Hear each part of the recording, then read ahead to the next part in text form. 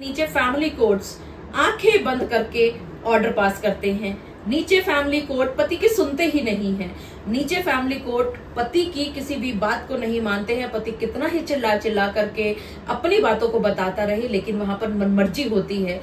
पत्नी चाहे कुछ भी कहे, अनाप शनाप कुछ भी पैसा मांग ले तो उतना ही पैसा बांध दिया जाता है।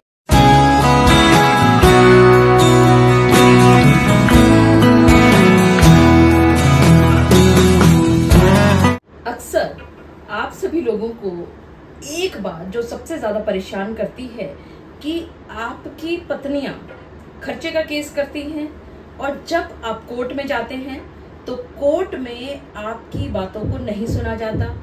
पति पक्ष की किसी बात पर जज साहब के द्वारा गौर नहीं किया जाता, और जितने भी केसेस में जजमेंट्स आते हैं या इंटरिम मेंटेनेंस पर कोई भी इंटरिम ऑर्डर्स आते हैं तो कोर्ट का रवैया हमेशा पत्नी की तरफ ही रहता है।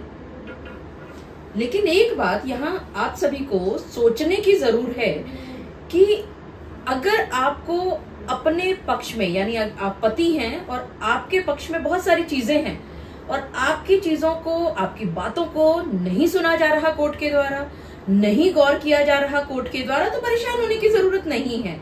आप कोशिश करें कि आप अपनी चीजों को अच्छी तरह से कोर्ट के सामने एड्रेस करें।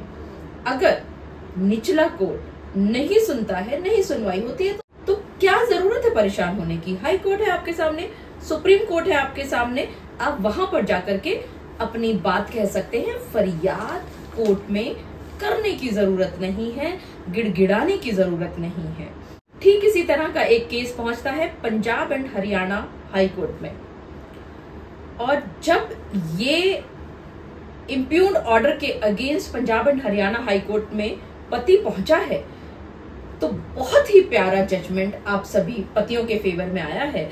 और मैं आप सभी पतियों को एक बात जरूर कहूंगी कि आप अपने दिमाग के नेगेटिव थॉट्स को हटाएं और पॉजिटिव चीजों को लेने की कोशिश करें। आप देखें कि कितने प्यारे प्यारे जजमेंट्स आ रहे हैं आप सभी के फेवर में। और आप पत्नियां भी जो परेशान हैं, इस बात का ध्यान रखें कि जिस बात का फायदा पति ने उठाया है वो गलती आपने नहीं करनी है। यानी दोनों ही लोग इस जजमेंट से, इस वीडियो से कुछ ना कुछ सीख अवश्य ले सकते हैं। मैं एडवोकेट मोहिनी मोना आप सभी का पुनः स्वागत करती हूँ, और आप सभी देख रहे हैं आप सभी का पसंदीदा चैनल मोहिनी मोना एडवोकेट। अगर आपने मेरे इस चैनल को अभी तक सब्सक्राइब ना किया हो या आप मेरे इस चैनल के लिए नए हैं तो इसको जल्दी से जल्दी सब्सक्राइब कर दीजिएगा, ताकि आपको इसी तरह के लीगल इंफॉर्मेटिव वीडियोस की नोटिफिकेशन सबसे पहले मिल सके।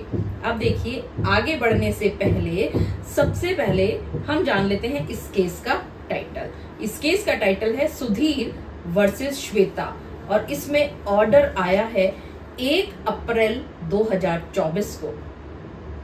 और ये ऑर्डर जो यहाँ पर पहुंचा है वो इम्प्यून्ड ऑर्डर डेटेड 23 अप्रैल 2024 के, जो कि फैमिली कोर्ट भिवानी के द्वारा किया गया था। और इस इंटरिम मेंटेनेंस में कहा गया था पति को कि वो अपनी पत्नी को 60,000 रुपया हर महीना इंटरिम मेंटेनेंस अदा करे। थोड़ा सा फ्लैशबैक में चलते हैं। ये जो पति और पत्नी हैं, इनकी शादी होती है 1 दिसंबर 2021 को। इन दोनों के बीच में कुछ डिस्प्यूट्स अराइज होते हैं, और उसके बाद ये जो पत्नी है 125 CRPC यानी कि खर्चे का केस दायर करती है फैमिली कोर्ट भिवानी के सामने, और मांगती हैं 75,000 रुपया हर महीना अपने पति से।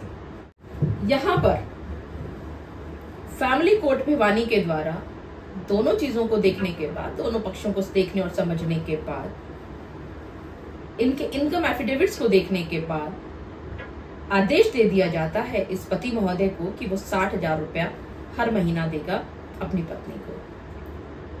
और ये केस जो नीचे चल रहा था वो था श्वेता वर्सेस सुधीर, जो कि 125 का केस है, जो कि इसकी पत्नी ने अपने पति सुधीर पर दायर किया था।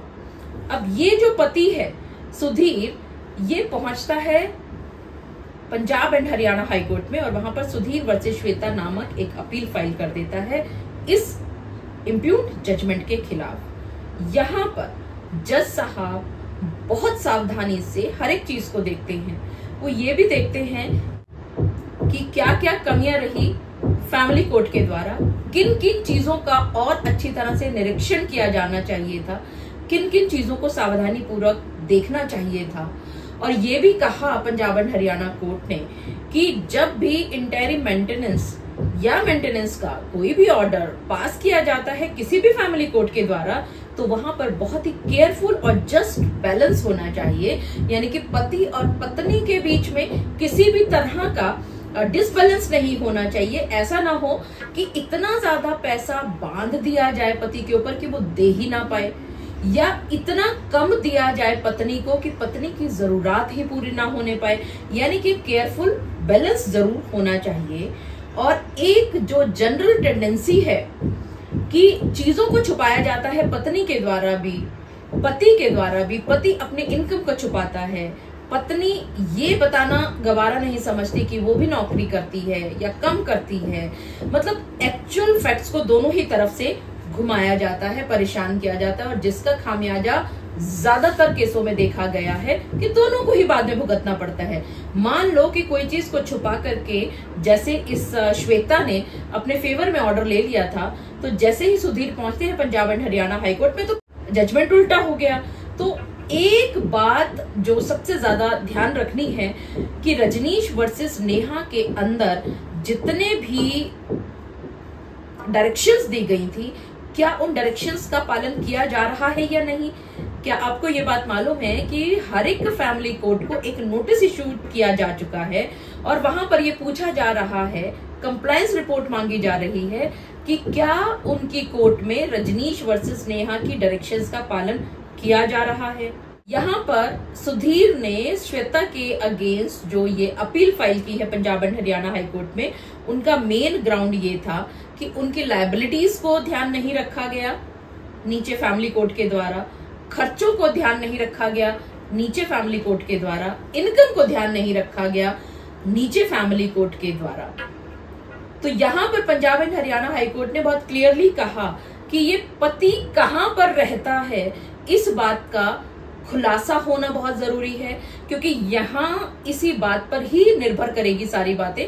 क्योंकि अगर वो किसी महंगी सिटी में रहता है तो वहां का रहना सहना, कपड़ा, खाना पीना, कम्यूट करना, यानी हर एक चीज जो है वो महंगी होगी। तो सबसे पहले ये देखना जरूरी है कि पति और पत्नी रहते कहाँ कहाँ पर हैं। इसके बाद उनकी लायबिलिटीज क्या हैं। सिर्फ पत्नी की लायबिलिटीज नहीं, पति की लायबिलिटीज भी चेक करना जरूरी है कि उनकी क्या क्या लायबिलिटीज हैं, बच्चे कितने हैं, बीवी पढ़ी लिखी है कि नहीं, वो बीवी कमाती है या नहीं, और इसके अलावा स्टेटस ऑफ द पार्टीज के ऊपर बहुत ध्यान रखना है। स्टेटस देखना है पत्नी का भी कि वो किस स्टेटस में रहा करती है, और पति का स्टेटस भी चेक करना है। इसी तरह से पत्नी की रिस्पॉन्सिबिलिटीज देखनी है कि क्या अगर वो पति से अलग रह रही है तो उसके पास क्या क्या रिस्पॉन्सिबिलिटीज और हैं। यानी कि अगर वो शादीशुदा होने के बाद, यानी कि अगर वो माँ है उसके पास बच्चों की रिस्पॉन्सिबिलिटीज भी हैं, तो वो भी चीजें देखने की, गौर करने की हैं। इसी तरह से पत्नी की इंडिपेंडेंट इनकम क्या है, क्या उसके पास कोई प्रॉपर्टी है या नहीं है, यानी इस पत्नी को कितने लोगों की रिस्पॉन्सिबिलिटी का ध्यान रख रही है, ये भी देखना जरूरी है। इसी तरह से पति की रिस्पॉन्सिबिलिटीज कितनी है, कितने फैमिली मेंबर्स, कितने नंबर ऑफ फैमिली मेंबर्स इनके ऊपर डिपेंडेंट हैं, क्या इनके वृद्ध माता पिता के पास कोई पेंशन आ रही है कि नहीं, अगर इनका कोई भाई या बहन है, छोटा है, तो क्या उनकी पढ़ाई लिखाई पे ये कितना खर्चा कर रहे हैं, इत्यादि इत्यादि। और अगर बच्चे भी हैं और शादी के बाद पत्नी अलग हो गई है और बच्चे पति के पास रह गए हैं, तो उनकी रिस्पॉन्सिबिलिटीज में भी कितना खर्चा हो रहा है। और इसके साथ साथ ये भी देखना जरूरी है फैमिली कोर्ट के द्वारा कि सिमिलर लाइफस्टाइल दोनों का होना चाहिए। यानी कि अगर पति बहुत ज्यादा कमा रहा है और उसके बाद जो पत्नी है उसको सिर्फ 2000 रुपया या 500 रुपया दिया जा रहा है, तो सिमिलर लाइफस्टाइल तो नहीं हुआ। तो इसमें भी बैलेंस होना बहुत जरूरी है। इसी तरह से ये भी देखना जरूरी है कि पत्नी जो अलग रह रही है उसका खाने का, उसका दवाई का, कपड़े का या अन्य जो खर्चे हैं उसका प्रोविजन क्या रखा गया है, इस पति की कैपेसिटी कितनी है, पति कितना पढ़ा लिखा है, क्या कमा रहा है, कितना कमा रहा है, उसकी बैंक डिटेल में कितना डिडक्शन हो रहा है, कितने खर्चे वो दिखा रहा है। इसके अलावा ये जो पत्नी है वो कमा रही है या नहीं कमा रही है, जो फैमिली, जो इन्होंने बैंक अकाउंट स्टेटमेंट फाइल की है पत्नी ने, उसमें कितना पैसा आता हुआ नजर आ रहा है, कितना जा रहा है, कितने डिडक्शंस हो रही हैं, कितना वो गिफ्ट कर रही हैं, कितना पैसा उनके अकाउंट में हर महीने किसी जगह से आ रहा है, ये पत्नी कितनी पढ़ी लिखी हैं, क्या उनके पास कोई टेक्निकल क्वालिफिकेशन है क्या, ये पत्नी अगर टेक्निकल क्वालिफिकेशंस लिए हुए है और शादी से पहले वो कमा रही थी और अब वो बच्चे भी नहीं है उनके पास और उसके बाद भी वो नौकरी छोड़ करके बैठी, इस तरह की बहुत सारी बातें हैं जिन चीजों का ध्यान रखा जाना चाहिए नीचे फैमिली कोर्ट के द्वारा जब भी किसी भी पत्नी की मेंटेनेंस या इंटरिम मेंटेनेंस की ऑर्डर की सुनवाई की जाती है फैमिली कोर्ट के द्वारा। और इन सब बातों का ध्यान रख के ही कोई भी ऑर्डर किया जाना चाहिए। तो देखा आपने, आप सभी ये कहते हैं कि नीचे फैमिली कोर्ट्स आंखें बंद करके ऑर्डर पास करते हैं, नीचे फैमिली कोर्ट पति की सुनते ही नहीं है, नीचे फैमिली कोर्ट पति की किसी भी बात को नहीं मानते हैं, पति कितना ही चिल्ला चिल्ला करके अपनी बातों को बताता रहे लेकिन वहां पर मनमर्जी होती है।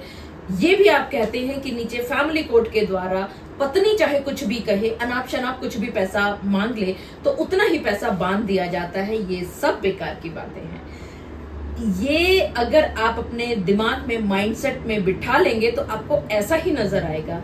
लेकिन आप यकीन मानिए, एक से एक बढ़ के केसेस में आपके प्रति, आप पतियों के प्रति बहुत ही खूबसूरत जजमेंट रोज आ रहे हैं। और देखिए यहाँ पर भी फैमिली कोर्ट ने जो ये 60,000 रुपया बांधा था और ये सब चीजें देखने के बाद Punjab and Haryana high court ने इस फैसले को उलट दिया और इस खर्चे को बिल्कुल आधा कर दिया और कह दिया इस पति को कि अब से वो अपनी पत्नी को 30,000 रुपया महीना ही देगा। तो देखिए, अगर आप आगे बढ़ेंगे, आप कोशिश करेंगे कि जो ऑर्डर अगर आपके प्रति गलत हुआ है आप उसकी अपील में जाएं, आप उसके रिव्यू में जाएं, और तो आपको मनमाफी के रिजल्ट्स मिल सकते हैं। लेकिन कोशिश तो आपको करनी होगी। हाथ पे हाथ धर के बैठने से, सिर्फ चिल्ला देने से, सिर्फ फेसबुक पे लिख देने से, सिर्फ यूट्यूब पर लिख देने से कुछ भी नहीं होना, कुछ भी नहीं होने वाला। तो आप परेशान ना हो, हताश ना हो, प्यारी प्यारी जजमेंट्स को डाउनलोड करें, अपने अपने केसेस में इसका फायदा उठाएं। मुझे पूरा विश्वास है कि आप सभी को मेरा आज का वीडियो भी बहुत अच्छा लगा होगा। अगर आपको मेरा आज का वीडियो भी अच्छा लगा तो इसको लाइक, शेयर और कमेंट करना ना भूलिएगा। और हाँ, अगर आप मेरे इस चैनल के लिए नए हैं तो इसको जल्दी से जल्दी सब्सक्राइब कर दीजिएगा ताकि आपको इसी तरह के लीगल इन्फॉर्मेटिव वीडियोस की नोटिफिकेशन सबसे पहले मिल सके।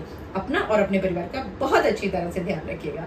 Thank you, take care, bye bye.